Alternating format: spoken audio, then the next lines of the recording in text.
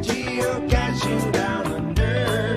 Get lost to get found. Geocaching down under. Get lost to get found. No need for a compass. We'll be your guide. Come and join us. Leave the map far behind. Follow the stars in the southern sky. If you lose yourself, you never know just what you might find. Geocaching down under. Get lost to get found. Geocaching down under. Get lost to get found.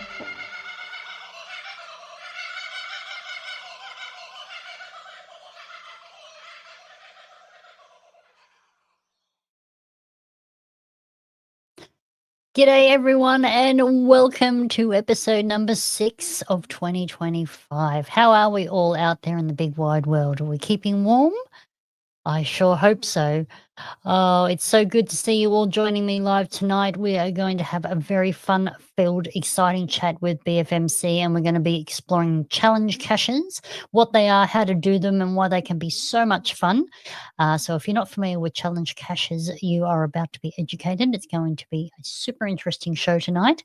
I have been trying to get someone on to talk about challenge caches for a while, so it's going to be good for me and hopefully interesting for you. So g'day everyone. Don't forget to have a chat to your friends in the chat room. Keep it PG, of course. We do have little ones watching as well. We've also got another winner for the GDU calendar photo of the month for May. So wait till the end of the show to see if you have the winning picture.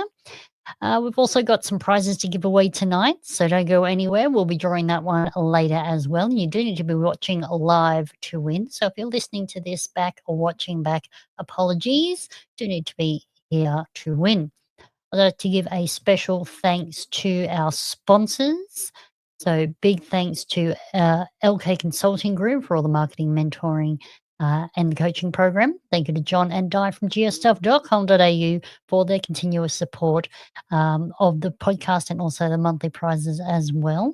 Big thanks to C. My Shell, who handles some of the audio editing and video editing for us here at GDU. And big thanks to my mum for also supporting the podcast as well. Now, in terms of prizes tonight, if you would like to go into the draw, head over to tinyurl.com/GDU wheel. Tonight's keyword is challenge with a capital C. It is case sensitive, so make sure you put in the capital C. So head over to tinyurl.com/GDU wheel. Keyword is challenge. Please only enter the competition once. If you enter more than twice, I will remove those from the wheel of names. So let's have a little look-see and see who is joining us live tonight. Looks like there's quite a few of you. So g'day to Tank Engine Choo Choo.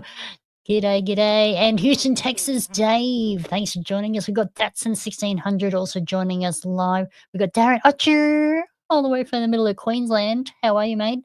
And Scramping is joining us live. Darkside Dan is here. Good to see you. DTY73, nice to see you, love. Thanks for joining us. We've got Nexocius. Thanks for joining us. We've got Hev Walker stealing you dunder after a great June long weekend event. Good on you. That's great.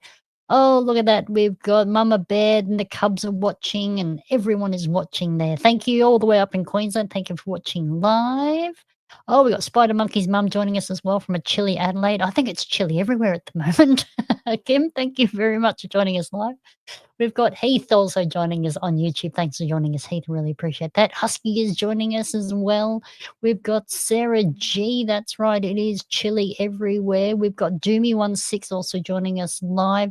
We've got Hood, Greg and Jen from all the way over in WA joining us live. Look at that. We've even got BFMC Geocaches joining us on YouTube. That's amazing. Not Lost One, g'day, welcome. We've also got Minnie K and Fitzy also joining us live. Thank you. We got Oz Fox also joining us. Thank you. Who else have we got? We've got Isa Peter. 3 minutes late. It's all right, love. We haven't started without you. Don't worry. And we got Charmaine also as well. Oh dear. And we've got Nell and Andy joining us on Facebook. Thank you very much. Houston, Texas, Dave, the tiny URL link is to go into the draw to win a prize tonight. So you do need to be watching live to win. So just head over to tinyurl.com/GDU Will. Pop in your name, your geocaching name, and also the keyword, which is challenge with a capital C, and you go into tonight's draw. You do need to be watching live to win a prize. And if you do win a prize, you cannot win any subsequent prizes. So that is good, Sarah G. You are entered. Good job. Thank you very much. We've also got Fredo in southeastern Victoria. I hope you're keeping warm there. Well, thank you everyone for joining us live. We do have a big show tonight, so let's get into it all for you. And we'll get started here right away. Welcome to the show! Geocachers, muggles, viewers, and listeners. Over to you, PCE. let's get on with the show! That is correct. We will get on with the show. Do not worry. Okay, first we're going to start off with the next events coming up. So I have got this little picture here. So what we've got coming up from the 4th to the 6th of July, so about a month away, we've got 5 community celebration events happening between Bateman's Bay and Maruya on the beautiful New South Wales south coast. So to go along to the events, there'll be brand new series of Adventure Labs released across the region, and a full Adventure Lab geo art shaped like a whale tail has been designed. It uses, let me just show you here, this will be the finished product. So beautiful whale tail there. It uses Adventure Lab locations to form a large-scale design, something that's only been done a handful of times around Australia, so this is a bit unique. It's shaping up to be a super fantastic weekend. It's going to be full of geocaches. It's going to be great for the community. It's going to be so much fun. So if you're keen, check out the events. There is a post going live on our Facebook page tomorrow morning with all of the details. So you can see all the details. There's a whole bunch of events over that weekend. So make sure if you can get along to that one. Next coming up from that is WA Goes Big. Now, WA Goes Big is on the 26th to the 29th of September 2025 in Mandurah in Western Australia. It's the 12th annual WA Goes Big event. So put it in your calendar, put in your will attend, head over to Mandurah. They put on a really great event. So if you can get over there, they will love that. Following on from that, we have the Sunshine Coast Beach Party, which will hopefully turn into a block party. That one is GCARTY0, and that one is on Sunday, the 5th of October. That's going to be held at the Sunny Coast University. Head up to the Sunshine Coast University on the Sunday, the 5th of October, 2025 for that one. You can. Following on from that, we've got next year is our big event in Tasmania. So this one is going to be on the 7th to the 8th of March at Sorel in Tasmania. It's 10 minutes from the airport and 25 minutes from Hobart's CBD. There has been a dedicated booking site which has been set up for geocaches by the Spirit of Tasmania. So if you're driving over, check out the website there, the Geocaching Victoria website, and you can see what sort of a deal the Spirit of Tasmania will give you. And there is also deals through automotive clubs like RACV. So best to have a look for discounts there as well. Oh, there you go. I have just been informed that the Sunshine Coast Beach Party is now an official block party. So congratulations. Hopefully you can all get along to that one. Be a block party up in Queensland, so that is good. Okay, yeah, and we've got block party statuses are still available to the end of the year. We've got community celebration events. They're running through to the end of the year as well. We've got digital treasures. Well, I think digital treasure, the next set of digital treasures came out today. So hopefully you're making your way through the digital treasures there. There is also hiding themes this year. So keep an eye out on our socials for those. Now, in terms of our travel bug race, A very quick update for you here. Basically nothing has changed. GDU is still in Germany, Sweden. Germany, Sweden. Oh, I think it's in Sweden. I think it's really close to Patrick. So that one's really close. SMS is still in America, and Two Wombles is in the USA. So it's not near Craig, but it is on the right continent. So that's a good start. I'll do an update on socials later in the week and give you some more specifics on the travel bug race. Now, for those of you who have been around for a little while, I've got a Bonnie update for you. So Patrick from Found It Podcast Sweden has been giving us Bonnie updates for over a year now. So there's Bonnie. She's had a big month this month. So guess what? They have moved to a brand new house in the countryside. It's so peaceful there, and our neighbors are cows. Seriously, they live just over the fence and moo at us in the mornings, which you can see Bonnie there enjoying the view. They're a bit scary, but she gets used to it and more brave every day that passes. Mum, Dad, Auntie Unique, and I are all settling in really well. Our house is close to a beautiful lake, and we already have tried to dip our paws in the water. We can go for walks in the beautiful nature or just sit and watch the cows. Everything feels so calm and quiet. It's a nice change from the busy town. I think you would all love it here. Lots of love, Bonnie. So thank you very much, Patrick, for that update. And I heard it looks like Bonnie is just living her best life. I love it. Good on you, Bonnie. There you go. That's great. G'day, Team Canyonero. Welcome. There you go. Okay, well, seeing as we got such a big show, let's get on to bringing our guest on, and we will get started for you all. Hi, Geocaching Down Under. This is Sweden calling. Now, listen to the show. That's right. Listen to Patrick. Okay, so for those who are new here, my name is Purple Cache Eater. I will be tonight's host and most every other night. And tonight I'm going to be finding out all about challenge caches with BFMC or Ben, whichever. He will answer to both, he tells me. If you've got any questions for Ben, chuck them in the chat room. Let me bring him on now. Welcome, Ben, to the stage. Welcome. How are you this evening? Can you hear me? Thanks for having me again. You are welcome. Oh, I hope you're keeping Well, as you already know, I'm struck down. I can. Yep. Good. Excellent. All right. So let's get right into it because I know there's quite a bit of interest. That's what I was just thinking. So we will just get straight into it and we will see what is happening. So the first question I have for you is, what exactly is a challenge cache?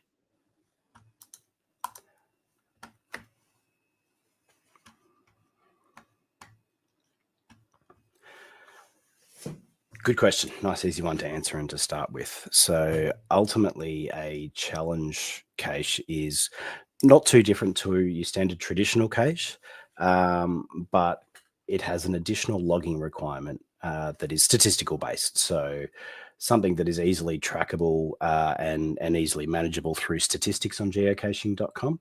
There can be anything from completing a streak of 7-day finds right through to finding 100 mystery caches or multi-caches, for example.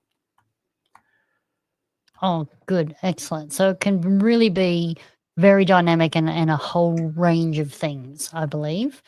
So can you walk us through the process of finding and logging a challenge cache?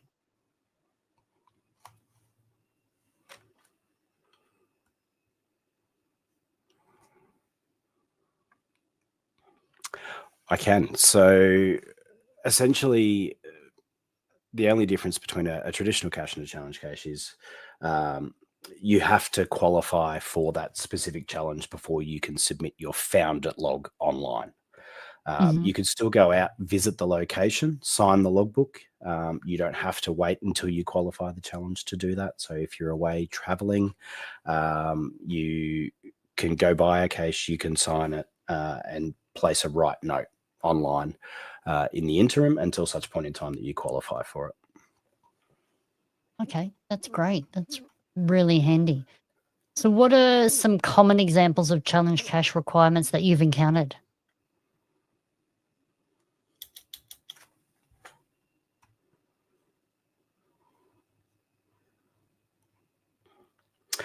So some of the more common ones, bear with me, I'm going to take my AirPods out while I answer these questions because I'm hearing myself about 30 seconds ago. Some of the more common popular ones from way back when are around things like what's called a fizzy cache, fizzy challenge. Mhm. So that is filling all of your 81 DT grid squares. You may have heard of something called a jasma, or Mhm. the local variation of it being an osma, which is around filling all of the hidden months or placed months since we started caching in May 2000. So there are, I think, 4 months that you can't get in Australia. So the local version, the Osma version, excludes those 4 months generally, which I think are July, August, September, October in 2000, give or take a month either side. And one of those, August 2000, there's actually only 4 caches left anywhere in the world hidden in Ah, August 2000, 3 of which are in America, and the 4th off the top of my head is in Sweden. So they're kind of 2 of the traditional big challenges. And then, as I said, you can have anything from a fine streak of anything up to 365 days long these days to anything you can come up with that is statistically based and permissible within the guidelines. yeah, exactly. And I believe that you can't put out a challenge cache unless you yourself qualify for that challenge. Is that correct?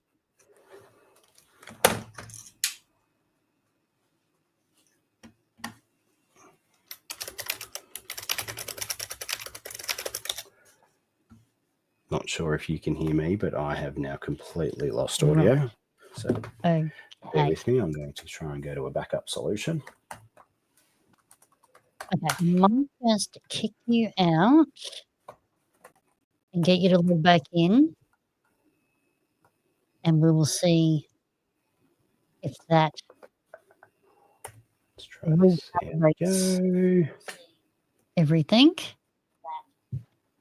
But now I can hear myself, which is interesting.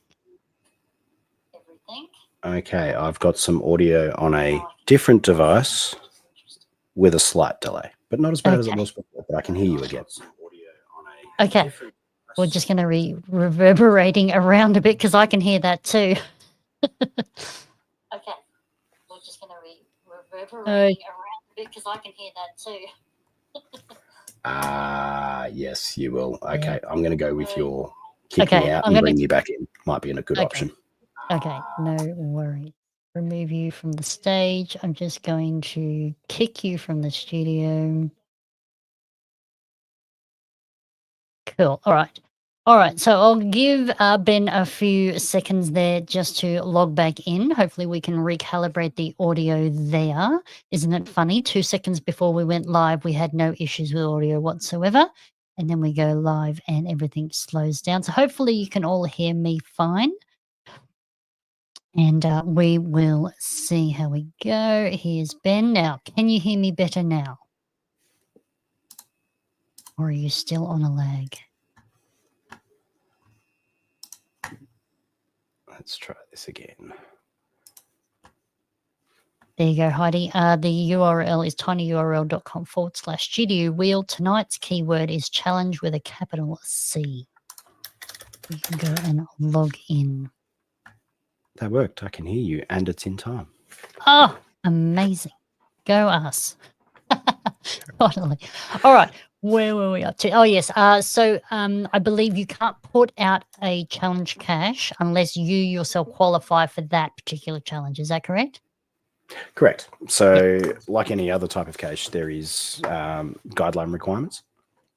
Mhm. Everything in your standard guideline requirements applies to challenge cases, and then there's some additional requirements over and above that. So one of those is you must qualify for the challenge yourself in order to be able to publish it, and there are another of other guidelines around. So cache type must always be the mystery/unknown, whatever you wish to refer to it as.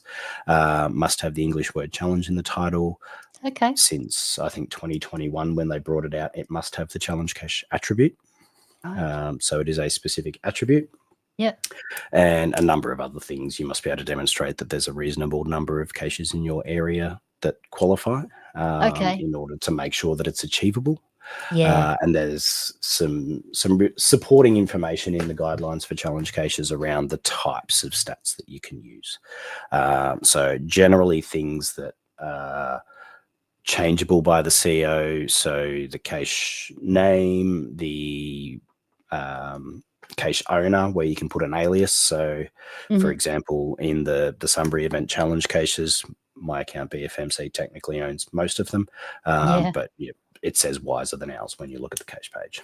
Right. Okay. So some of those things you can't use, and a lot of that changed in 2016. So 2015 Right. to 2016, there was a moratorium on challenge cases. Mhm. In the early days, they were unregulated. Depending who you Wild ask, West. either really, really fun or Yeah. really, really just not good. Yep. Yep. And there was a lot of challenges for COs, for finders, for reviewers, for HQ. Yeah. The biggest cause back then of submissions from finders to HQ wanting, I guess, intervention into a disagreement with a cache owner or a reviewer, it was all around challenge caches because they were Right. entirely ambiguous. Depending on how you read or interpreted the cache page, this cache or the other cache may not qualify you for this challenge. And it was Right. just open slather, really, really unclear. So they took 12 months to say, let's put it on hold, excuse me, and Yep. have a discussion around how we can do this in a more structured manner moving into the future that will help people, engage people, and stop all this time of reviewers and lackeys in HQ and so on and so forth Yeah. entering into debates between COs and finders of, why did you delete my log? I qualified Yep. for it. No, you didn't. All that kind of stuff. Oh, there's always one, isn't there? I should say that if you're looking up the challenge cache guidelines, and for the listeners, I've said to PCE at this point, I'll try and reference a number of things tonight without going into huge amounts of detail on them, but provide the links so that you can come back to the show notes and say, right, here's where I go to look up the challenge cache guidelines. Here's where I go to Project GC to look up something else. But Yeah. in addition to the HQ challenge cache guidelines themselves, there is additional information in the regional policies, an area of guidelines that I tend to find often gets forgotten or left by the wayside. Nothing specific in the Australia ones, but I do know Bunjil have a real lot of detail in the Victorian regional guidelines around what Right. they want and what their expectations are in terms of submitting a challenge case as a CO. Okay. Well, then building on that, how do people find out if they qualify for a particular challenge cache? Really, really easy these days. So in the old days, it used to be if you spoke GSAC fluently, you might be able to do it through that. But it would be keeping diary notes or doing searches or lists or any of those kinds of things. One of the changes under the moratorium is anything published, I think it was May 2016, they lifted it. Anything published from that point must have a web-based online checker tool that clearly Right. tells you either you do or you don't qualify for this challenge at this point in time. And that is the arbiter of what's good, bad, or otherwise. If the challenge checker gives you the green tick, you are good to log your find. Oh, that is awesome. So generally speaking, theoretically, you could build one of your own of these if you want, but Project GC is the API partner for HQ. And I don't think I've ever seen a challenge checker that is not a Project GC one, to be honest. Yeah. Maybe Theoretically, it's possible, but Project GC is so much easier. You don't need to be able to write your own challenge checker. You don't need to be able to understand web code or anything like that. Any existing challenge checker you come across, you can clone with one click. Okay. And it will recreate that challenge checker and assign it to your own GC code if you want to use that and publish it. Or there is a team of volunteers at Project GC sitting behind the forums ready to build a challenge checker for you. All you have to do is create a post and say, hey, I've got this GC code. I'd like to have this challenge. And they'll go and make it for you. Wow. I didn't know that. That's great. Super easy. Yeah. Oh, wow. That's great. And if you're worried about cloning somebody's existing challenge checker, don't, because these days there is almost nil chance of you having a new and genuine idea. Yeah, I know. It's a bit like that these days, isn't it? I mean, challenge caches have just taken off. I think in the last 2 years, they've just really taken off, I feel. They used to be hard to find. Now they're everywhere. Yes, there is some good numbers. There are a few of us who are self-confessed challenge cache junkies who Yeah. may or may not be strongly encouraging that. But I've hosted events to talk about challenge caches, finding, designing which ones do we love, which ones don't we love. We had sessions at the Sunbury Block Party earlier this year around the same thing. I've got a challenge cache that on the cache page teaches you about challenge caches and how to publish one and what to go about doing. So if anybody wanted to look that up, that is GCAKTD6. And in my Manflu voice, that's GC Alpha Kilo Tango Delta 6, the Challenge Caching 101 challenge. And that actually contains links to a lot of the things I'll refer to tonight as well. Some other challenges within Australia, some guidelines and things like that. That's awesome. There you go. Yeah, Sarah G, that is cool. Thank you. So what do you think motivates geocachers to pursue challenge caches? Like, what appeals to you personally about them? Well, that's probably the best way to answer it. So I am a self-confessed stats nerd. Yeah. My work is in data and data analysis and things like that. So I'm kind of that way inclined to begin with. That being said, you don't need to be. If you want to go off the reservation deep into challenge cases, then yes, it helps to be that way. But what I find is it gives me not just a goal, it gives me goals, things to work towards. Yeah. And not things that I need to do immediately necessarily. I've got challenge cases that I've been working on for over 5 years that I signed in 2019 and I still haven't qualified for. And I like it because it puts a different perspective on the map. And what it means is the most mundane power trail, D1.5, T1.5, mint tin, bison, nano, whatever it might be, can all of a sudden become really important. Yes. Because it was hidden on a certain day, or it's a certain combination of size and type and local government area, or just there's so many cases that I would have driven past 20 times and not bothered with normally. But all of a sudden they become interesting. So it brings so many cases that I wouldn't otherwise engage with back into play, not just the challenge cases themselves. Exactly. That's right. Yeah. It just adds so much other aspects to the game. It's amazing. There you go, Sarah G. I have a heap of goals that are challenge caches. Exactly. And for those that came along to the session in Sunbury, it's not always about something that can be a challenge cache under the current guidelines, but they're often a good starting point. Yeah. So, for example, a fine streak, the maximum you can publish these days as a challenge case is 365 days. But that's not to say you don't start there and then your goal becomes more. Yeah. Okay. I said I was never going to do fine streaks. They're ironic in that they are probably the only challenge that is the easier to do, the less experienced you are, the less cases you found. Very true. And I signed one hidden by Sharky Fan for the Parkville Mega in Melbourne, which was the first mega I attended. And it was a 200-day streak. And I went, I'm going to have a crack at this. And then that's when I really started to get into challenge caches. That series that Sharky Fan put out for that event. And I slowly worked my way up over time. And then I went, well, I've hit the 200. Now, if I get to the maximum allowable 365, then I can put out my own 365 streak challenge, because there wasn't one down here. And then I went right through until I think 404 and hosted an event, Cache Not Found, on the 404th day, which for those who are that way inclined will get the joke. 404 Cache Not Found. And that is still one of my favorite caches that I own these days, is what's called the Helen D'Amico Challenge. For those who know the name may get that joke as well, but it is a D5 T5 ammo can, 6 meters up a gum tree, paddling down a river, climbing out of your kayak. I love it. Easy peasy. My favorite cache. Well, just going back a bit, before you're talking about how, you've signed a challenge cache years before and like you're still working towards the goal. What happens? How do you keep an eye on if the cache that you signed has been archived or lost or damaged or, Yep. Or even just that. remembering which ones you've signed. Yep.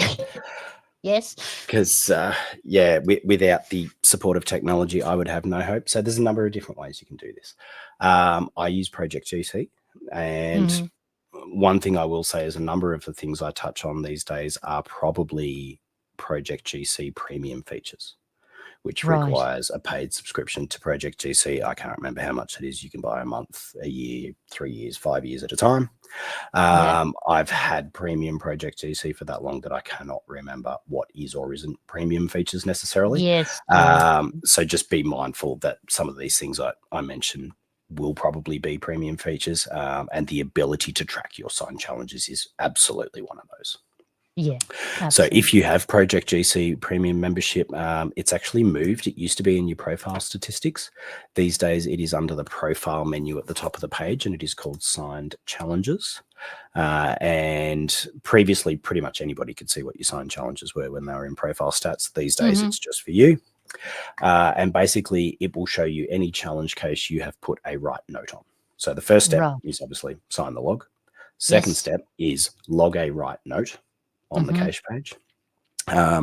And that might be something along the lines of visited today, signed the log, don't qualify yet, or if you're doing bulk caches out in the field, we'll check qualifying stats and log later, whatever the case may be. That will Yeah. automatically throw it into your signed challenges list on Project GC if that has it available to you. And the beauty of that is it also runs the checkers in the background on a regular basis for you. Okay. So I'm looking at my page at the moment, which has got challenges going back to the Sydney Block Party because I've been lazy and I'm nowhere near up to date with logging.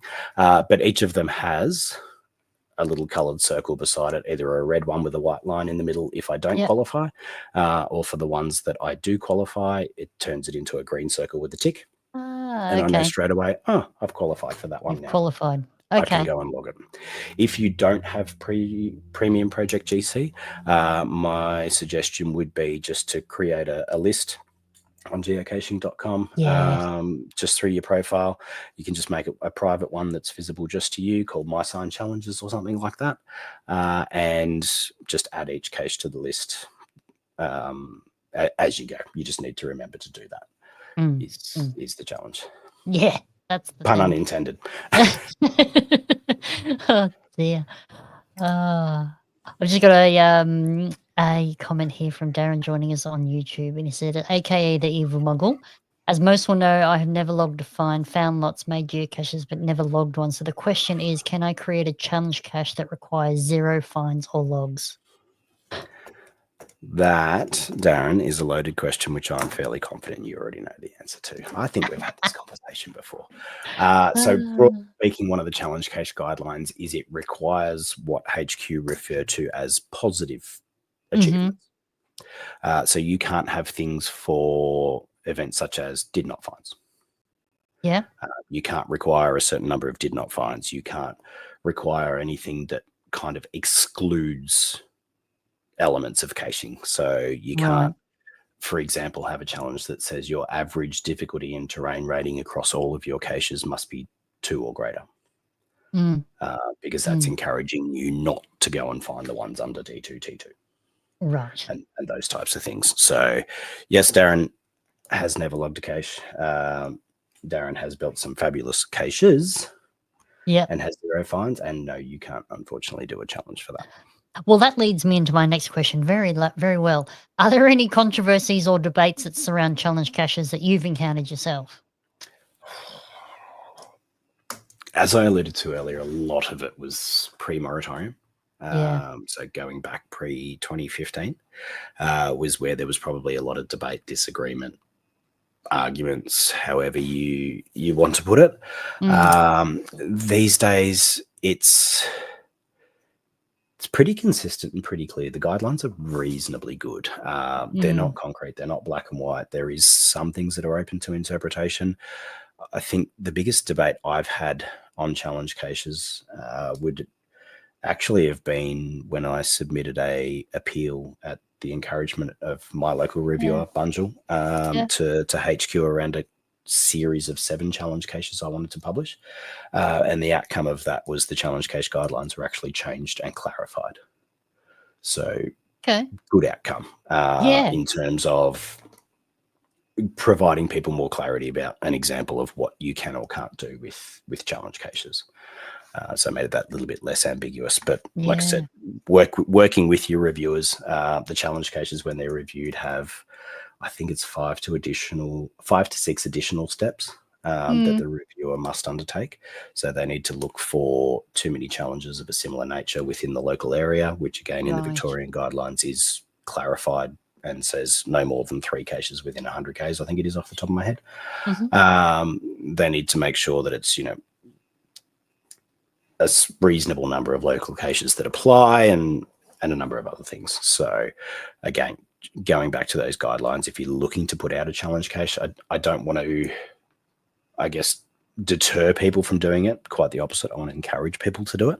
Yeah. But the more you arm yourself with awareness and understanding through the local guidelines, through the HQ guidelines, even the feedback from the Project GC team when they're building you a challenge checker, if they think a challenge doesn't meet the guidelines, they will tell you that and actually say to you before you go and build your cache page, before we go and build you a checker, just have a conversation with your reviewer and say, hey, is this publishable? Yeah.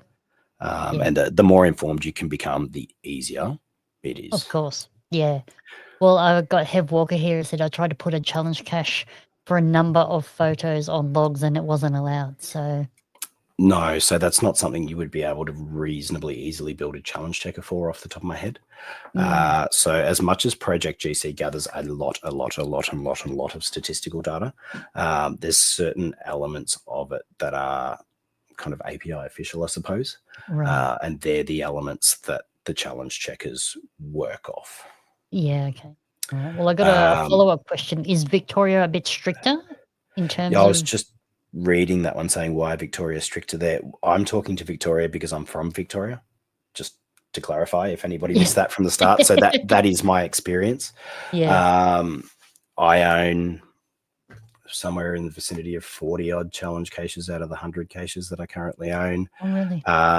And Bungle are the reviewer that I've primarily worked with. Okay. Going occasionally if they're away. So when I'm talking to those, it's not because one state's more strict or less strict or anything like that. It's just what I know because that's my local area. There you are. I got another question here for you from Not Lost One on YouTube. Have you made any challenge caches for newbies?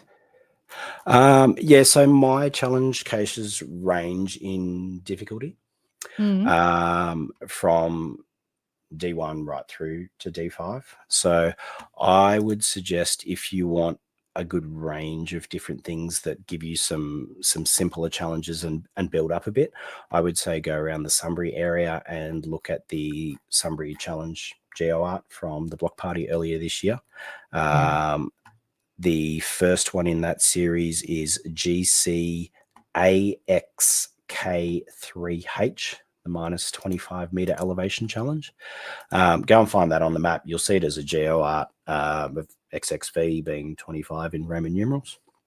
You can find most of them through my profile. A few of them are owned by, I've just blanked on his caching name, Jason, who helped me significantly with the challenge caches for the Sunbury block party. So I would be starting there. But then again, feel free to scroll through all the challenge caches in my hides because there is a range outside there as well. Oh, that's good. So what's been your inspiration behind the process creating your challenge caches? In the early days, it became, because it was something I really enjoyed finding, but there actually wasn't a huge amount of them out there. It has changed these days. I think last time I checked, I had the opportunity to have a discussion with an American podcast, which is dedicated to challenges once a month, but very America-centric. So we had that opportunity to compare what we have in Australia to what they have in America, and very, very different. And I think we were sitting at somewhere between 1% and 2%. Yeah.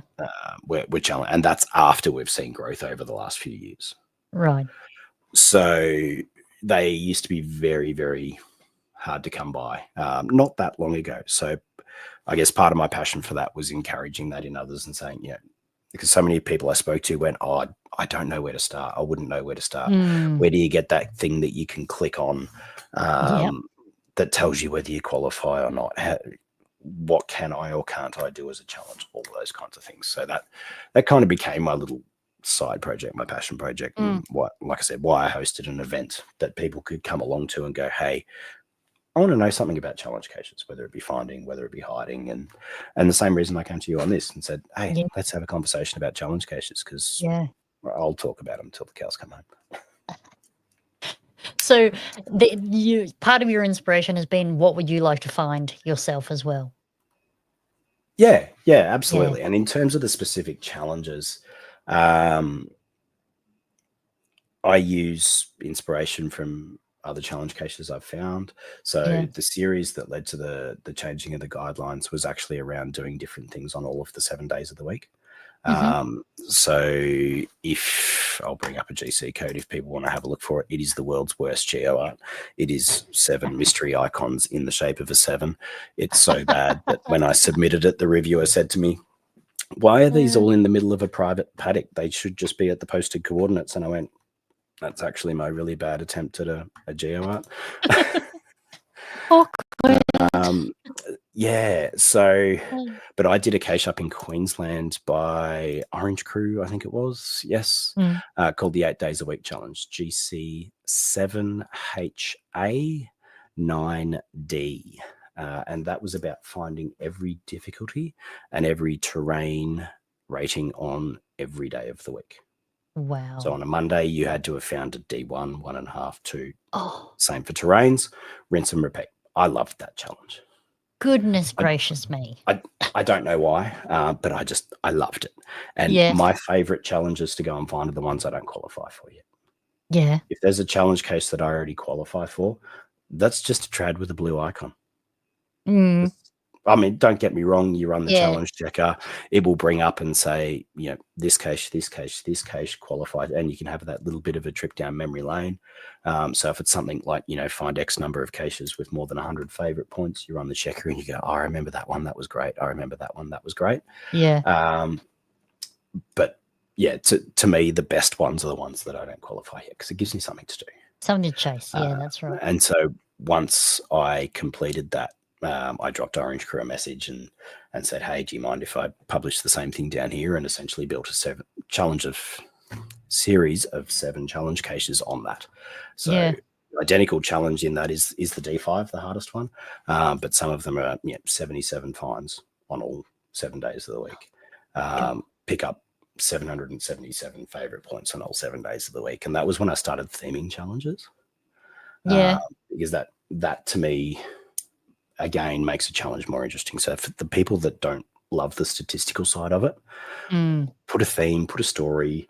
As I said earlier, the streak challenge, 365-day streak, is called the Helen D'Amico challenge. If you're not Victorian, you won't know that Helen D'Amico was the streaker at the VFL Grand Final in 1982 or whatever it was, who ran out onto the ground wearing nothing but a scarf and accosted Carlton defender Bruce Bull.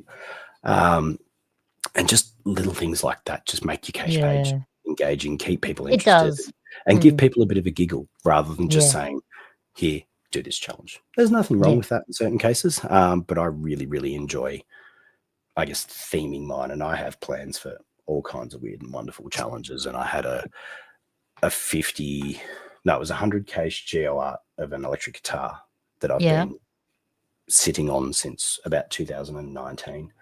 That was all going to be themed around musical challenges. So my favorite being go and find 75 caches with the public toilet attribute, which was the George Michael Fast Love Challenge. Which, again, if you know George Michael and what he got up to in the past, you'll understand why I find that amusing. So, but again, it wasn't just having a catchy title or anything. Everything tied in. So the attribute you used tied in. The number was, how many million records it sold, or what number it reached on the top 100. That it all ties in. And they're just kind of the things that I go, when I find caches like that, as a finder, I really enjoy and appreciate the work and the thought that somebody's put into that. Yeah, exactly. There you go. Houston, Texas. Dave has said, I like challenges you can get at geocaching events. That adds Well, another if you element. didn't get the chance to get down to the block party in Sunbury, there's still plenty of challenges there for you to find. Yeah. So what considerations should geocachers keep in mind when they're designing their own challenge cache? Like I said earlier, arm yourself with knowledge in advance. So Yeah. one of the other areas I see people get deterred, and this is not necessarily through conversations with local caches, but more so just browsing through the checker request forums on Project GC, is somebody will go and have this brilliant idea, build a cache page, put an absolute truckload of work into their formatting and photos and this and that and the other, and go and find a location and put a cache container there and get really good coordinates, and they'll do all of that work only to find out that the challenge they selected isn't guideline compliant, and they rightfully get frustrated and go, of course, I just put in all this work and I can't even do it. Are you serious? And they walk away. Yeah, and give up. My number one tip is to save yourself that pain. Read the guidelines, read the regional wiki. If you're unsure, drop your reviewer an email, a basic cache page, whatever their preferred method of contact is. I know with Bundle, I can email them and just say, hey, thinking about doing a challenge with XYZ. Do you foresee any issues with that from a challenge perspective? And they say, yeah, no, pending the other checks and balances, but that challenge itself is publishable, provided everything else is in order. Then go and get your challenge checker built. Then go and build your cache page. Yeah, exactly. All right, I'm going to go off script here. I've got some more questions from the chat room. So let's go first to Anymules. There are more than none challenges where you have to find more than 0 caches. So in finding it, you automatically qualify. It's a good beginner one. There is a couple like that. And yeah, these are the ones where we still have what I tend to call grey area. And one of the grey areas is whether you can use the challenge cache itself in order to qualify for the challenge. Exactly, yes. The guidelines aren't clear on it now. As we know, there is no precedence in published caches or anything like that. I believe I've seen the cache or caches that Anymules is referring to, because I'm that much of a stats junkie. I just browse the challenge cache map all across Australia and look for new and different things. But yes, it's one of those things that, in my mind, and I will stress that this is a very personal opinion, it's not guideline based. In order to determine if I qualify for that challenge, I would have to run the challenge checker prior to logging my find. Yep. At that point, if I haven't found any other caches, the challenge checker is going to say, no, you don't qualify for it. So clearly the CEO of that cache doesn't mind. And like I said, that is purely a personal opinion. That is not guideline based. So not necessarily enforceable one way or the other. But yeah, to my mind, I personally, the way I cache is that I would find a different cache. But yes, I do like the thinking outside of the square on that one, and I have seen it before. Well, I've got another question here for you from Bluetooth. I made a basic cache that needed a tot, and the reviewer told me to remake it as a challenge cache. Any idea why? It was just a basic cache that you needed water to retrieve. Short answer, no idea. Yeah, it could have been in the wording maybe. Yeah, that has me curious. Reach out to your reviewer and ask why. And then send me a message when they reply and tell me why, because now I'm curious. Yeah, I've got a question here from Sarah G joining us on Facebook. She said, what about type challenges? Type challenges, so cache types, different kinds of different cache types, for example. Yeah. So the one that is, the primary one that is excluded is Adventure Labs. Because Adventure Labs don't have a lot of the statistical based information that the other types of caches do. So they don't have a difficulty rating, they don't have a terrain rating, they don't have a hidden date. So you cannot Now, I need to be careful. Use on this. adventure. You cannot require Right. ad labs. Okay. If it is a certain type of challenge that, and don't hold me to this, but it could be around things like a fine count. Yeah. If ad labs kind of fall into that bucket and help you get across the line, then you can do it, but you can't require it. Okay. As for everything else, broadly speaking, you can use any type, but you may fall foul in certain other areas. So, for example, when we were designing the challenges for the Sunbury event, everything was themed around 25 because it was 25 years of caching. Mm-hmm. In order to be a block party, you actually must acknowledge and celebrate and do work to celebrate the 25 years of caching. So that's why we heavily themed everything into that. And we had to tweak a couple of them because, again, there's guidelines that say they must be achievable in a reasonable time frame. It's not anything specific, but Bunch will have their interpretation of it, as my local reviewer. So they said to me, generally speaking, we like to try and think that a relatively new and inexperienced cacher who wanted to put some effort in wouldn't have to work for any more than 2 years in order to qualify. Right. They could take okay. longer if they wanted, Yes. but it should be reasonably But to achieve it in a So- reasonable time. Yeah. yeah, so requiring, and I can't remember the exact numbers, but let's say it was 10 megas. That's not something from Australia that you are going to reasonably do in 2 years. Yeah. If you happen to live in the center of Europe, you could probably do it in 2 months. Yes. So again, it becomes relevant to your local area. And that even Yeah. goes back to things like difficulty and terrain ratings. What is a difficulty 5 here isn't necessarily a difficulty 5 in Europe, or vice versa. Yeah. So there are some really good type themed challenges. Mm-hmm. One of my favorites at the moment, there's a few different versions floating around, is around the difficulty type and terrain. So Yeah. it takes the traditional fizzy challenge a step further. Right. So instead of having just your P81 grid and it says, get at least one find in all 81 slots, this one actually replicates the grid for different types. Mm-hmm. And there's a couple of different spins on it. So one might be 300 different combinations of difficulty type terrain. So if you've got a full trad fizzy, there's 81. You can use 50 mystery/unknown. You can use your 70 multis. You can use your 20 virtuals, tally them all up and say, when you're looking at it, how many different combinations have I got? And you can do that a number of different ways. I've got one at the moment that I'm working on is DT grids in different states of Australia. Okay. So obviously living in Victoria, I've ticked that box. But we actually went for the Leap Day mega in South Australia. There was a busload of crazy Victorians where we decided to go and do a DT grid in 24 hours on Leap Day. Wow. And now you can't publish that as a challenge because that certainly falls foul of Yes. multiple guidelines. guideline requirements. But it gave me that thought process to say, well, you could frame a challenge around having complete fizzy grids in maybe 2 or 3 states, or you could use the 8-9 different state territory DT grids to say you've got to have a total of 500 across all of them, or whatever the case may be.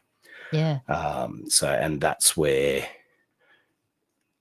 I find the interest is taking something and putting a new spin on it. And it's very, very hard to find something that hasn't been done before. But maybe you can just put your own little personal twist. Yeah, that's right. Well, I've got Angus Brain here joining us on Facebook, and he said, thoughts on logging challenges as part of a streak? Of all the questions I thought Angus was going to challenge me with, this one's probably a little bit at the sedate end, so I'll take it. I'll keep it. Thanks, Angus.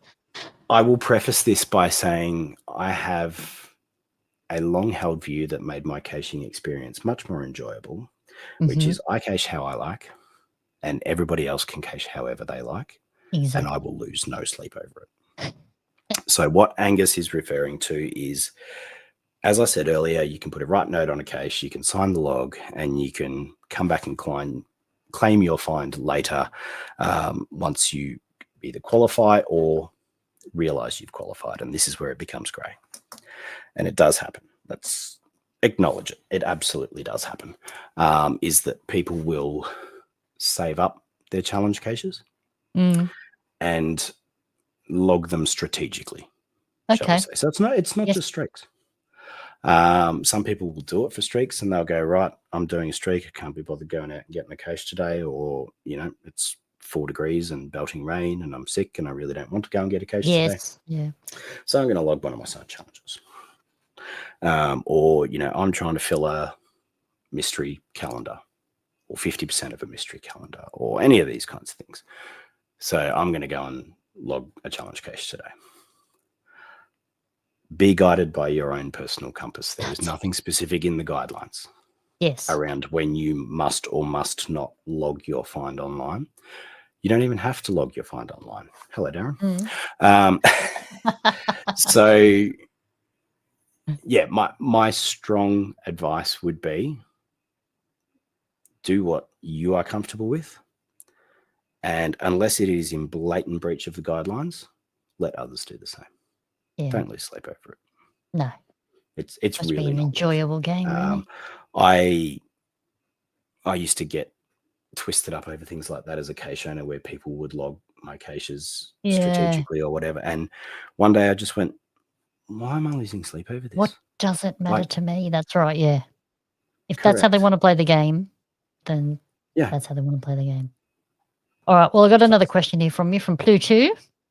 What are your opinions on the bingo challenges caches? You'll have to explain that to me as well. Do you like them more or less than single challenge ones? I love them. So what? I First love off, what is a bingo challenge cache? Yes. So the first one I came across was by the Pac-Man down out past Anarchy, I think, in Victoria. Right. And basically it's a grid, be it 3x3, 5x5. It's a bingo card. Right. If you follow HQ on social media, they put them out on occasion that says, Okay. here's a bingo card for this month. How many of these things have you achieved? Yes. Yeah, one just came out a couple of weeks ago. Yeah. It's that, but for Okay. challenge caches. And there's different ways you can tackle it. You can say you either have a row, a column, a diagonal, be it 3x3, 5x5, whatever the case may be. Or alternatively, and again, I'm not talking to guidelines here, I'm talking to what I've seen, and some of this existed pre-moratorium, is it may require a blackout, which is fill the whole damn grid.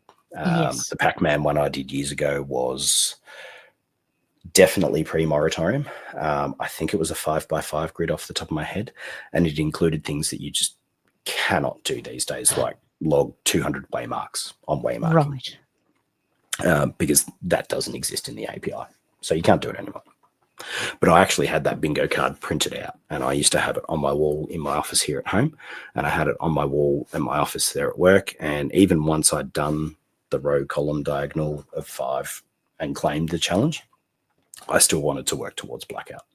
Yeah, okay. And I have done everything on it except, I think, 2 things which are technically no longer possible, one of which is the waymarking, Right, okay. because they blew it away, and something else. So again, we can live with that. I've got another question here for you, but I'm not quite sure if you will have the answer. I mean, I know you're a genius of the challenge caches, but do you know which state in Australia has the most challenge caches? I did, and I did try to get this earlier, Tanya. Very good question. But the statistic page of geocaches per area doesn't allow for a custom filter, which means I can set the challenge cache attribute on it. So I am going to find it. I know I've done it before. What was it last time you looked? I'm going to hazard a guess. It's probably a coin toss between Victoria and Queensland. Okay. Because there are a number of trails and stuff I know up in Queensland, and Australia's most prolific challenge cache owner, who is no doubt in the chat, hello Darkside Dan, technically is split across Canberra and New South Wales. So if you pile those two together, they probably win by a long shot. But what I have found is there is a really, really good spread of quality options for challenge caches around the country. So Orange Crew up in northern suburbs of Brisbane has a GeoArt that is in the shape of a XY chart and yes. has some really, really good different things in it. Obviously, Darkside Dan's through southern New South Wales. Canberra has some really good challenge series. I think UGC I did a lot of on my way up to the Sydney Block Party earlier in the year and enjoyed thoroughly. Down in Victoria, you've got a number of different CEOs who love their challenge caches. Yeah. Roaming Howie, A. Homburg, who both happen to be heavily involved with Geocaching Victoria. So I've done a lot of the event-based ones. They were responsible for the ones for the Whittlesea Mega. I've got mine. The Tritons have a lot spread right throughout Victoria, Right. including some really, really tough ones. Brad and Janet have a great series in South Australia. Western Australia, I know there's a number of them on the map. I've only visited Perth once for a couple of days for work while I've been caching, so I'm not as au fait with that. But I can tell you that pretty much any state in Australia, you can go and find yourself a good cluster of challenge caches, whether they be set up as a GeoArt, whether they just be a trail, and they're all very, very different, which is great. Yeah. But Tanya, I will find out and I will let you know. Oh dear, that's good. So that just triggered like a thought in my mind is challenge caches are not their own type of geocache, but you can find them because they've all got the word challenge in the title. So that helps you to filter them out. Yeah, so that used to be the easiest way. Yeah. When the attribute was introduced in, I think it was 2021 or 2022, don't hold me to it, but there was 4 new ones: Power Trail, Challenge Cache, AdLab Bonus, and I always forget the 4th one. But most, if not all of the apps these days allow you to filter by an attribute. Okay. So if you just go in and filter by, there you go. Angus has already done the work for me. Thank you, mate. Much appreciated. You can go and filter by that attribute, or there is a Project GC page under tools that is called Map of Challenge Caches, and you can select a specific state. You can leave it as Australia. You can say, I want ones with a checker only. You can say, I want archive ones, disable ones, and it allows you to see the whole picture. But if you're out in the field, again, most, if not all of the apps should allow you to filter by the attribute. That is the easiest way because they were actually retrospectively applied as well to pre-moratorium caches and pre-2021 caches. So the Project GC team maintain a list of all of the caches with the English word challenge in the title, because there would be some caches where they weren't a challenge cache. They just happened to have the word challenge in the title. Challenge in it, And that an example of that was when I hosted my event. It had the word challenge in it because the event was about challenges, but obviously the cache itself was an event. To the point where the reviewers said to me at the time, are you sure? Because this is how people look up and look for challenge caches. And I went, well, yeah, because if they happen to stumble across my event about challenges in that manner, great, let's go for it. But yes, the attribute is definitely the way to do it these days, or the map of challenge caches in Project GC. It's interesting how these sorts of things occur over time, like in geocaching, and headquarters sort of get on board and really focus on it and make it easier for us to use, which is really good. Yeah, and it's really, really good in terms of, as I said, these days there is a lot less grey. You're never going to eliminate it, but in terms of where do we look to in the future, you never know. One day treasures might be something that is eligible for a challenge. It's not in the early days. So when Brian was on a couple of the podcasts announcing that they were releasing treasures, I think somebody asked that specific question and he said, no, not early days, but don't say never, because essentially I think the only thing preventing it at this point in time would probably be having that information available in the API so that Project GC can access it. So we may see challenges evolve a bit more over time. I would have loved for them to get their own icon, their own type. That was discussed as part of the moratorium. Didn't happen. That is pre me beginning caching, so I only know what I've read about it historically. But yeah, it really, really would have been great from my perspective if that was its own That's cache right. type. Yeah. But again, there probably wasn't enough of them back then to support that. So the way they went was probably right for the time. Yeah. But yeah, would have been lovely. Yeah. Got a question here from Scramping joining us on YouTube. If you have found a challenge cache and placed a right note, can you still log a fine when you qualify, even if the cache has been archived? I'd love to be able to answer this in one word, and that one word is maybe. So broadly speaking, yes, the cache doesn't have to be active when you qualify and log.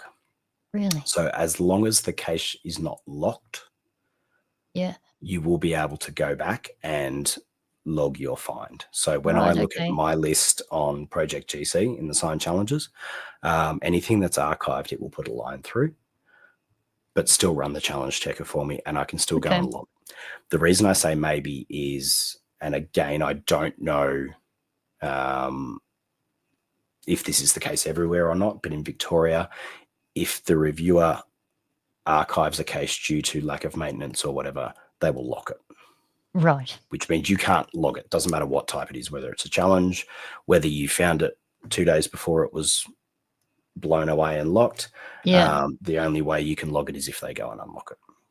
Right. But broadly speaking, as long as the cache page isn't locked, yes, I have logged fines on caches that had been archived for 12, 18 months, 2 years, Okay. because it just took me that long to qualify for it. Yeah, okay. Yeah. Well, there you go. Mini K said that on as well. The answer is yes if it isn't locked.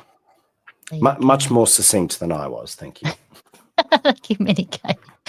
Well, I might leave you with one last question, and you practically answered it anyway. But if you could leave us with, one or two really good challenge caches, or maybe your favorite challenge caches that you've come across within Australia, that you want to share with us. Yeah, okay. One of them would probably be, last I checked, it was Australia's highest favourite pointed challenge cache, Right. which is one of the South Australia series owned by Brad and Janet, quite close to the airport. I don't have the GC code or the name handy, but the challenge itself was very, very simple. I think it's around finding caches with the dog-friendly attribute. Okay. And I think it might be 500 or 700 of them.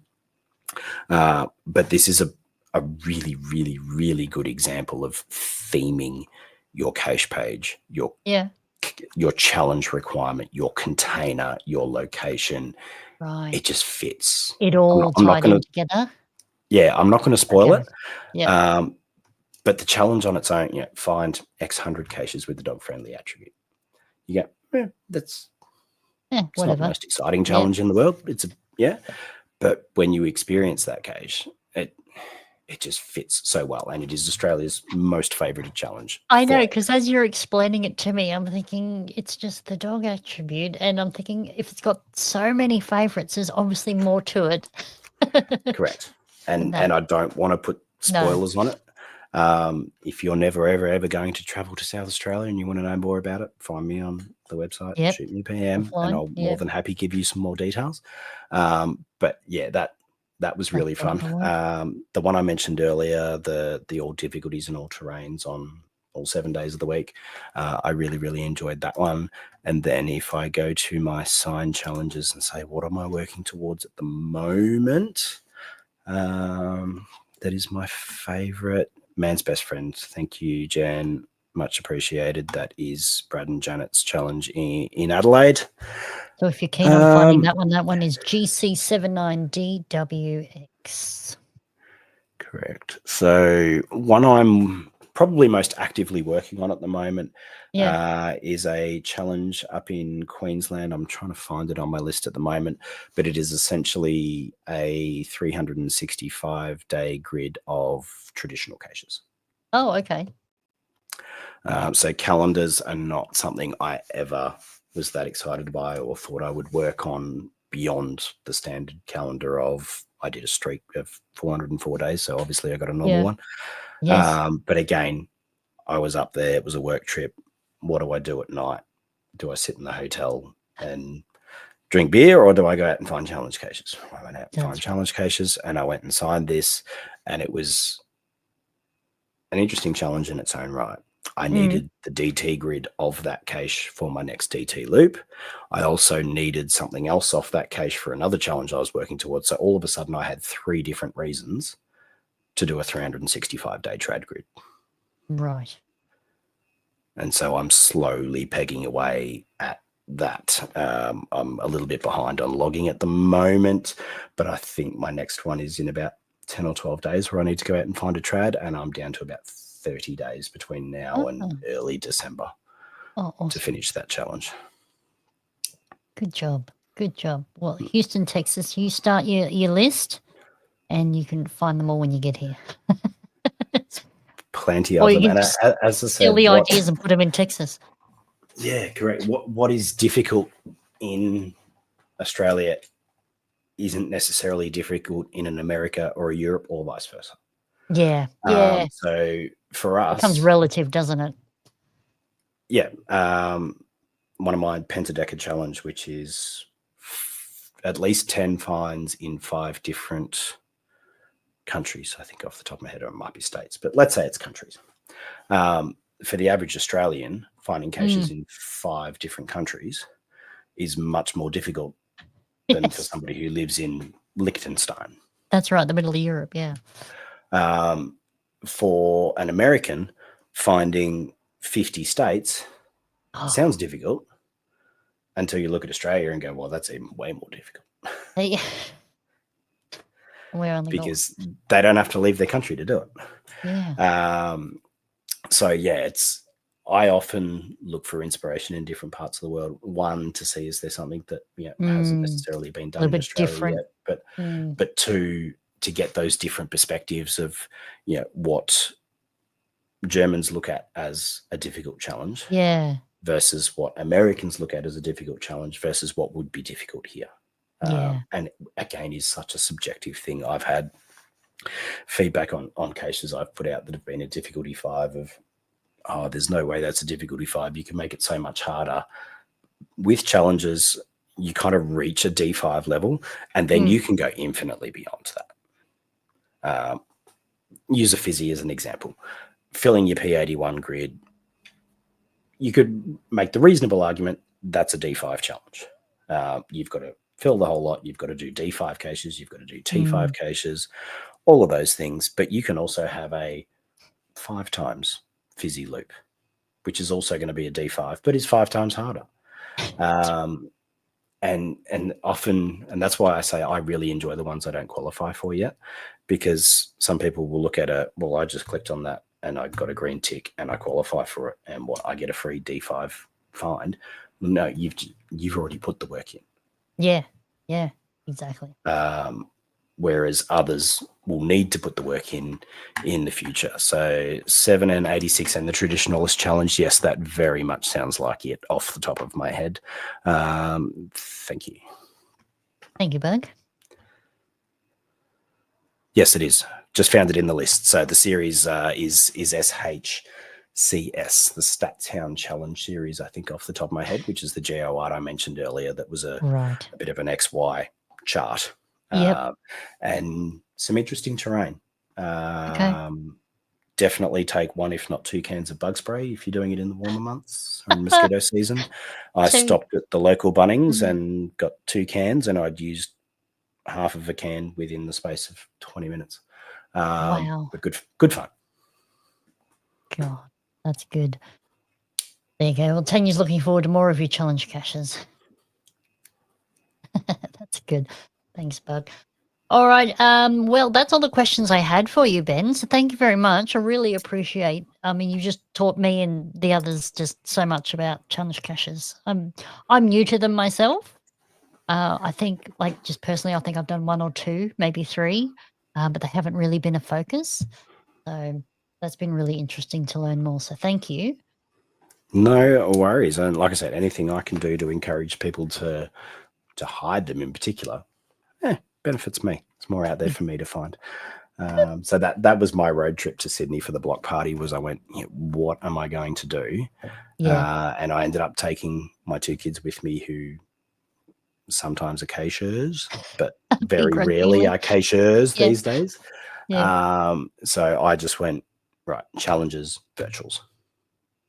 That was Yeah. what I did. We Yeah. stopped in Wangaratta for a couple of nights. We stopped in Canberra for a couple of nights. We were in Sydney for a few nights and then drove back. And that was what we did, challenge caches and And that's virtuals. the thing too, is like you're on limited time, so you've got to pick, what am I going to do when Yeah. I'm here? You can't Yep, do I know. everything. Had to let the kids do some fun stuff, and they wanted to go to the beach at Exactly. Manly and all those Yeah. guys. So I think for 7 days on the road and thousands of kilometers, we only found 150 odd caches, Mm. Yeah. which is To a other lot less than people, if I had gone on my own. yeah. Yes. And I'm not a big numbers finder. Like, I'm only at just over 3,000 finds myself in 8 years, including Yeah. ad labs. Yeah. But I tend to, I guess, do it in spurts. If it's not unlike me to go 150 in a weekend, then not find one for a Right. couple of months, Yeah. just yeah, because exactly. that works for me. This time of year, I don't cache a lot. My kids play winter sport, so most nights I'm at football, netball, Yeah, training, exactly. games, whatever the All case right, may be. Just going to circle back. We answered this earlier, but I'll just get you to re-answer for Tank Engine. Can you have challenges based on Adventure Labs? Okay, so you cannot require ad labs as part of a challenge, or be the basis for a challenge. In the event that there are certain areas where ad labs may count through a challenge checker, then obviously that becomes permissible unless you specifically exclude it. And I actually need to go down the hole on this and find out for things like streak challenges. So my streak challenge, for example, ad labs didn't really exist outside of mega events back then. Right. So I need to find out whether that kind of counts towards that. But can you specifically require ad labs as part of a challenge? No. Yep.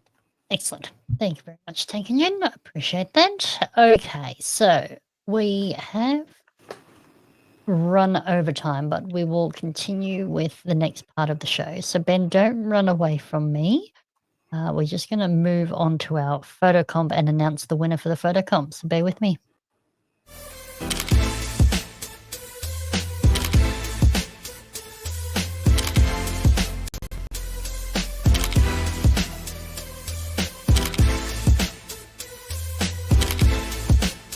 Do you think I've got a chance, do you reckon? What for? How about the calendar photo of the month? Let's see this month's winner. Alrighty, so the winner of this month's photo comp is, and I'm not even sure if he's here tonight, but hopefully he is. But the winner is Stephen Barnes, all the way from WA. That is correct. So this one here is a picture of GC B7Y25, which is at the Joshua Lake Walk in Boyanup, which is about 90 minutes south of Perth. This is an amazing statue at the former mine site, which has been rehabilitated into parklands for the local community. So that one there had the most finds. So thank you very much, Barnsey. In Western Australia, yours will be featured in the 2026 calendar. So if you would like to submit a photo, please head over to our Facebook page, Geocaching Down Under. Pinned to the top of the page is this month's photo comp picture. Just put your picture in the comments with a little story, GC code. If it doesn't give away anything hint-wise, put it in there, give us a story. And then while you're there, why not vote for your favorite picture? Thank you very much. I love seeing everyone's entries, so please keep them coming in. Okay, let's get on to our prizes now for everyone. So I've got a couple of prizes to give away for you all. Hi PCE, it's Allied Oz here in Wajak Noongar country, also known as Perth, Western Australia. My friend and yours, John and Di from geostuff.com.au, have some prizes for you. Very generous, as they are every month. Let's see what they are. Excellent. Thank you very much. Okay, let's get on to our prizes now. So, first prize is, well, actually, they're the same. Geostuff.com.au has very generously donated two $30 gift vouchers to be spent at geostuff.com.au, the best place to go in Australia and New Zealand for all your geocaching needs. So we've got two $30 vouchers to give away. So what I'm going to do is I've just gone and put everybody into our Wheel of Names. And I'm just double checking that there are no double ups before we get onto it. So looks like we are good to go. So what I'm going to do, Ben, is I'm going to share my screen and I'll give you to give me a countdown from 3 and we will spin the wheel. So let me just get it up on the screen here so we can all see it. There we go. Okay, when you're ready, Ben. 3, 2, 1, send it. Here we go. All right, let's see who gets a $30 gift voucher. And it is Get Out of Town. It's Houston, Texas, Dave. All the way from Houston, America. Oh, that's awesome. Thank you very much, Houston. All right, well, you have won a $30 voucher at geostuff.com.au. So, so that's hilarious. Oh, dear. That's going to be a lot in shipping for you. That's funny. All right, thank you very much. Let me get rid of you off the wheel so you do not win again. Now, let me just check. I had...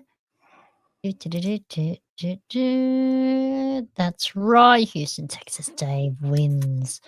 Pluto, let me pop you on the wheel. I'm not sure if you are on it or not. No, you're not. Okay, let me pop you on. There you go. All right, make sure you're on the wheel. And who else? There was someone else said...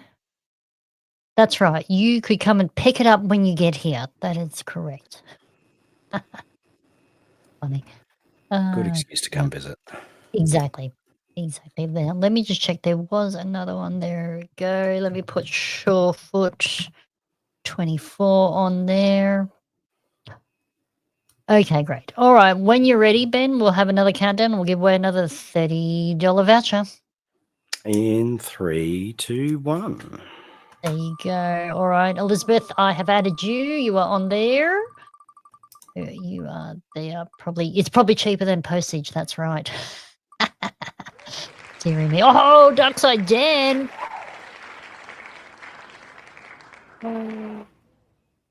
Congratulations, Darkside Dan. You've got a $30 voucher at geostuff.com.au. Okay, now we have also got our Patreon prize.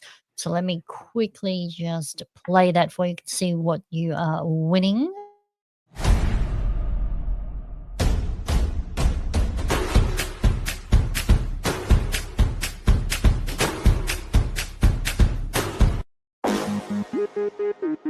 No way. That's great. Now loading. That is correct. Okay. So we are in the 2022 Aussie Part Tag set. This is a full set of Aussie Part Tags from the Aussie Part Tag Club from 2022.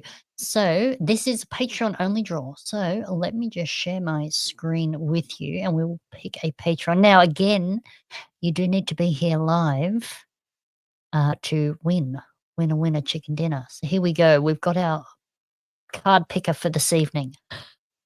That's right, Mini K. It's Darkside Dan. I did it wrong. Okay.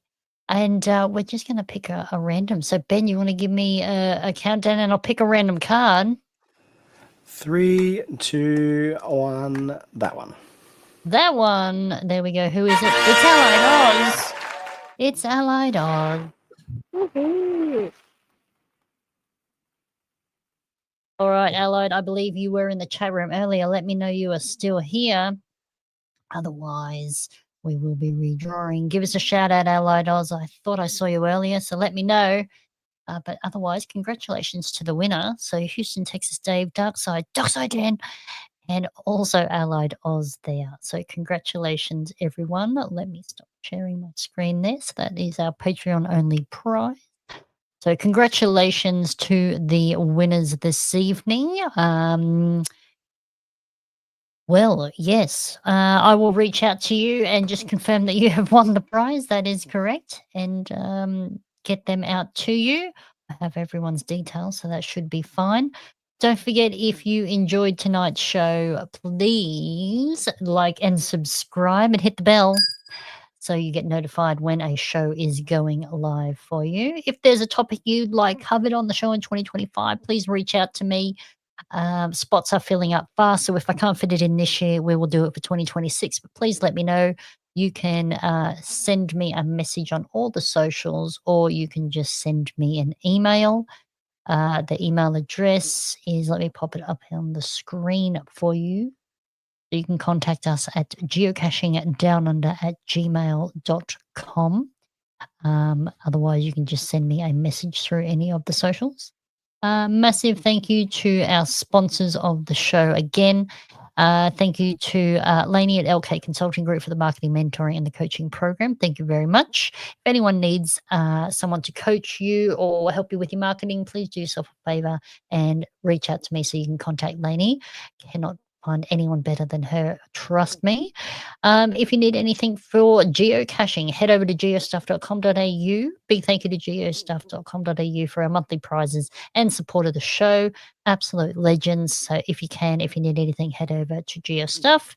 My newest sponsor, See My Shell. Thank you for doing the audio editing and some of the video editing for you. Big thanks to Mum for supporting the show as well. Really appreciate it. There we go. DTY, when are we going to see Houston, Texas Dave on the show? My goodness. We might have to tee that up. I believe it's like 4 a.m. or 5 a.m. over there. So we might have to time that for a time of the year when we got daylight savings or something like that. So we'll see how we go. But thank you very much. That is correct. Now, speaking of geo stuff. Discover a world of adventure with geostuff.com.au, Australia's premier geocaching gear provider. Whether you're a seasoned explorer or a beginner, we have everything you need to uncover hidden treasures. At geostuff.com.au, we equip you for the ultimate geocaching experience. Geostuff.com.au is your one-stop shop. From geocaching kits and containers to logbooks to t-shirts and clothing to trackable tags, geostuff.com.au has you covered. Enjoy fast shipping Australia-wide and expert advice from your fellow enthusiasts John and Di. Start your adventure with geostuff.com.au, where every find is a new story. Visit us online today and gear up for your next geocaching journey. That's geostuff.com.au. Uncover the world one cache at a time.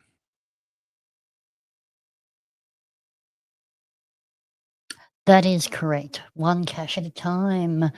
Thank you very much, geostuff.com.au. Okay, now let's give a shout out here to all of our Patreons as well. As GDU patrons, we are proud to support PCE and the Geocaching Down Under podcast. Patrons are the heart of the show, so a big thank you to all the amazing supporters. Your donations help keep the show alive. So if you'd like to join the GDU family and support the show, go to the Patreon website below. GDU rocks!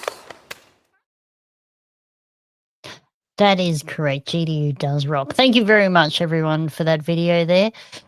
So quick shout out to my Patreons.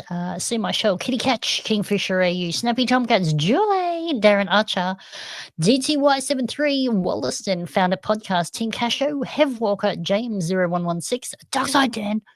We've also got Scramping, Mighty Millions, Lee737, Geo, Joe, Contesta, Gliss, Allied Oz, Arnott Family, Cosmonaut97, Isopeta, Oz Glory, Pilot Jen, Roddy C, Young Old Fella, Tank Engine, Choo Choo, Bernie H, Burns345, Chalk and Chung, the People's Choice Award winners, Ben M70, Strange Trousers, Shorefoot24, hello in the chat room, The Humbug also here, Datsun1600, Bucko Raider, DFC JLK 2019, Angel G, Mama Bear 66, Toy Hunters, Duppers, Cicada, and Sky Lizard. Ah, dearie me. Thank you very much to the Patreons. I couldn't do this show without you. Your financial support does make the podcast run. So thank you very much. If you would like to be a part of our Patreons, you can do so over at patreon.com/GDU podcast. We do have 3 different tiers there. So you can choose at what level you would like to contribute to the show. So thank you very much, everyone there. Well, Ben, again, thank you very much for being with us here live tonight.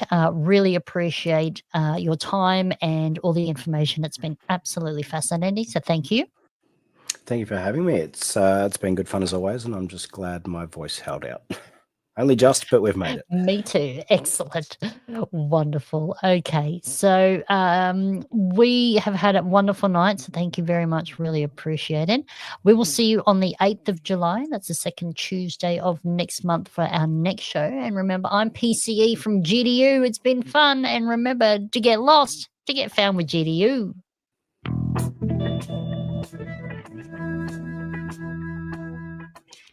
Cool. Now, stick around with me here, Ben. We're still live on the air because I had a question from the chat room that I wanted to ask, but I won't include in the podcast. So let me pop this up here for you, as I've had a couple of other people also ask some questions. So I was waiting for it. what are all these interesting things on the shelves? We need a show and tell. They are Lego. There you go, DTY. See, I didn't forget you. I pinned you. Okay. They are all genuine Lego. Excellent. They are a small part of my collection, and they are what is known as the modular buildings. I'll try and back it up a little for the camera there. This one's theoretically not a modular. It's actually part of the superheroes series. It's Doctor Strange's Sanctorum, or I'm not up with the name exactly, to be honest. But they're all different buildings that all interlink and join together primarily. There is a couple of slightly different ones which you might be able to see up the top there, which is the Disney castle. Yes. Haunted house. There's an Optimus Prime with his head cut off, if you see up here. And I have no idea if this is going to work or not. Over in the other corner of my office, there is roller coasters. There is a 10,000 odd piece Millennium Falcon down the bottom there that took me somewhere about 40 hours to build, and kept me occupied during COVID. But yes, that's quite often the number one distraction I get sitting in this office in work meetings and so on and so forth. Is most meetings with people I haven't spoken to before kind of get delayed by 15 minutes until we've talked about the Lego. That was what got me through COVID when we couldn't cache down here in Victoria. Let's put it that way. Okay. Well, there you go. DTY, you've won the bet. It was Lego, so I don't know what you've won, but hopefully it's a good prize. Bragging rights. Exactly. No doubt. And one thing I did forget to mention too, if anybody wants further information, questions, support with a challenge, thoughts on a challenge cache, feel free to drop me a message through geocaching.com, BFMC. It's pretty easy to find. I've started to put together a list of, links of things we've spoken about that you can release with the show notes. So things like different Project GC pages, this specific challenge cache guidelines, some of the caches we've spoken about, so that people can refer back to that down the track if they want to. But like I said, one thing I'm always happy to answer questions about is challenge caches. Can you have challenges based on Lego? I wish. You can have a personal challenge, but not a challenge cache. Maybe if you made a cache container out of Lego. I don't know how you would identify that it is a Lego made cache. I've been down this path before. And this is where I talk about theming caches and stuff like that, where there are various instructions out there for creating Lego-based cache containers. And how could I tie that into a challenge? And it could be, it's not going to work from Australia, but it could be find X number of caches tied to Billund in Denmark, where Lego comes from, or where the various Lego theme parks are, or there's so many different ways you could tie it in. Something related to Lego. Yeah, you're only limited by your imagination and some guidelines. Exactly. But it's about how can you have that little twist on, how can I take that and reinterpret it and change it into something that I can make relevant to Lego, as an That's example. it. And like you were saying before, it's got to be music tangible. Yeah, and something people can know and Yes, understand. something And if it gives measure. people a giggle, even more so. But it also requires people to read the cache page. And we all know that people don't read the cache page. Me included at times, if I'm being honest. I hold my hand up. I hold my hand up to that one. Souvenirs, yes, you can. So when I say there's challenges I've been working on for over 5 years, one of those is a challenge cache in Ballarat that requires 150 souvenirs, and I'm currently sitting on 137 or something. And I signed that years and years and years ago. So would I be able to hide one here now? No, because there's already 3 or 4 in the area. That's actually one of the ones we wanted to have for the Sunbury Block Party, was based around souvenirs, but there was too many existing challenges that used that as a requirement. But under the guidelines, yes, you can, as long as you kind of don't hide it within 100 k's of Melbourne. Yeah. And I guess you could have different stages too. You could have, a low number, a medium number, and a high number. So you could have so easy, medium, there hard. Yeah, correct. There is wiggle room around that in terms of a series of grouped caches. You might get away with having, and I think the verbatim term is similar theme or same requirement or something like that. Right. So you can take it and put a spin on it. So the suggestion we got I think it was 25 souvenirs to be 25 themed. And we got knocked back because, no, there's this cache, this cache, this cache. All 3 require X souvenirs. X was a bit different in each. But it's the same challenge. So you could take it and combine it with something else. You could twist it in this one. Bundle are really good like that in terms of they won't just say no. They'll say no, but you could think about approaching it this way and that might work. And there was a couple of the Sunbury challenges we did that with where we put in some additional requirements. I think one of them has points based on cache types and events, and you have to tally up to 500 or 600 or 2,500 or whatever it is. Yeah. And that is because the original challenge we had, we couldn't do for whatever reason. And I think that was the one I was referring to earlier, where you can only have so many megas and still be able to realistically do it in 3 years. So we just gave everything a points value and said, you need to get X amount of points across all these different types, and just weighted the ones we wanted people to get really, really highly, basically. So just think outside the square. So I think I asked you earlier, but what got you hooked on challenge caches? Was it the struggle and you had to wait and really focus on achieving a specific goal just to log one cache, or? I'd have to really go back and tie it back down to. Excuse me, I won't worry about muting myself as much now when we're not recording for the podcast, when I cough. But the first challenge cache I ever found was in the Bayside suburbs in Melbourne, and it wouldn't be publishable these days. Right. And it was around your, not Antipodes, that's the opposite side of your centroid. So your cache centroid, which, for those who don't know, basically takes all of your different finds and kind of finds what's the midpoint of them. Right. And that had to be more than 100 kilometers from your home. Yeah. And you had to have found the closest cache to where your centroid was. Best I know, this still exists. It's up a tree down Yarraville, Altona way somewhere. Yeah. In Bayside, Melbourne. And like I said, you wouldn't be able to publish it today. You can't use anything that requires a user's home coordinates for privacy reasons. Yeah. I don't believe you can use the centroid itself anymore either. And you may even fall foul on one specific cache. So all the 3 key elements of that challenge you probably can't do anymore. Yeah. But that was the first one I ever found, and I hadn't done a lot of caching then, and I was lucky. I'd done a trip to the bike racing in Adelaide with a few mates, so I'd done some caches over there, and my Centroid was 100 k's from home. And that one's a little bit like a streak in that the less caches you found, the easier it is for you to move that Centroid. Yeah. Yep. So I was able to push that out to 100 k's and then take a really, really long detour home from work one day, and go and find the closest cache, which was a random, like a Anzac Memorial.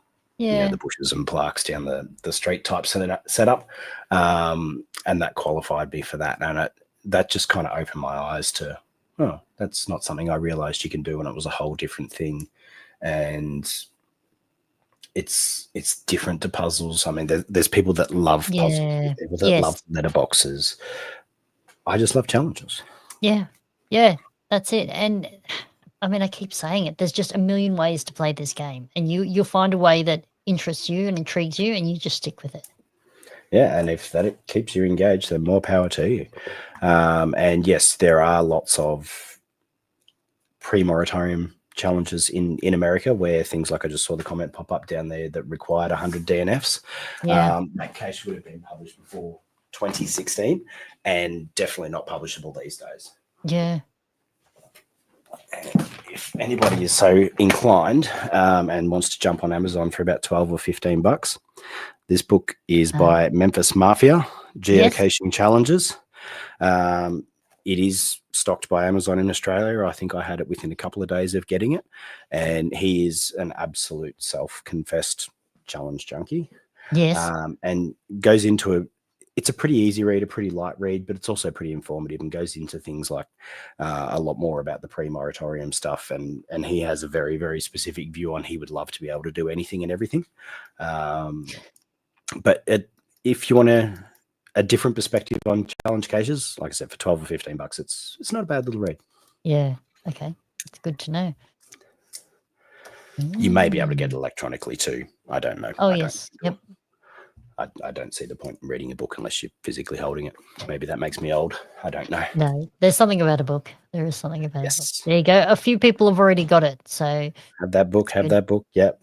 It was number 2 on my purchase list after Tully's Guide to Puzzle Caching. Tully Long's, yes. Which I think he signed for me version 2 back in the Wollongong days off the top of my head. I'm the same when he was out here. Yeah, Wollongong. I want your autograph.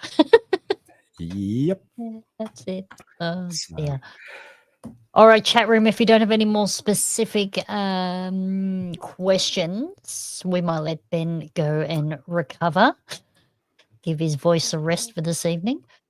Thank you. Appreciate all the questions. Thank you, Angus, if you're still here, for not throwing too hard a curveball at me. I'm sure you could have come up with worse. Yeah, that's awesome. And like, just have a look around like geocaching.com. There'll be lists all over the place that put together challenge caches that, ones for you to look at. Geocaching Victoria have a number of lists on their website for all kinds of different things, but some of them do revolve around challenges as well. Okay. That's good. You could jump on the Geocaching Victoria website. I'm just trying to find on my list. There it is. So you just go to geocachingvictoria.com.au. I think it's called Great Geocaching Lists or something like that is the page off the top of my head, but you'll find it pretty easily. Excellent. All right. Well, I might let everyone go for this evening. So thank you, everyone who is still watching. Thank you for watching live, taking the time out of your night. As I say, challenge caches are a sort of a new area for me, so I find them very fascinating. So thank you, and wonderful. Thank you for all coming on the journey. And again, thank you, Ben. Really appreciate it. Thanks for your time, everyone. Okay, we'll see you on the 8th of July. Bye.